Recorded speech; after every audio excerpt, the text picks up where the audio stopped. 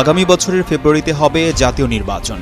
প্রধান উপদেষ্টার এই ঘোষণার মধ্য দিয়ে মনে হচ্ছিল অবসান হলো নির্বাচন হবে কিনা সেই শঙ্কার।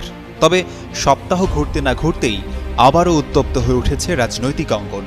এবার ভোটের পদ্ধতি নির্ধারণ নিয়ে আন্দোলনে নামার ঘোষণা দিয়েছে বাংলাদেশ জামায়াতে ইসলামী।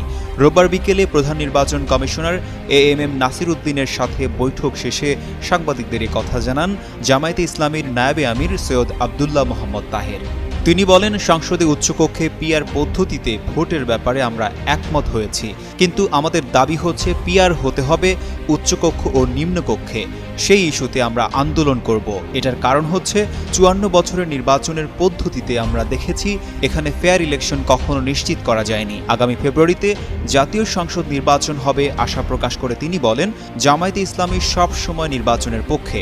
ফেব্রুয়ারি মাসে যে নির্বাচনের তারিখ ঘোষণা করা হয়েছে সেই তারিখের ব্যাপারে জামায়াতে মৌলিক কোনো আপত্তি নেই, কারণ আমরা আগে থেকে বলেছি নির্বাচন ফেব্রুয়ারি বা এপ্রিলে হতে পারে। বিগত ৩টা নির্বাচনের উদাহরণ টেনে জামায়াতের এই নেতা বলেন, অতীতে ৩টি নির্বাচন যেভাবে হয়েছে তাতে নির্বাচন নিয়ে মানুষের সংখ্যাটা কাটেনি।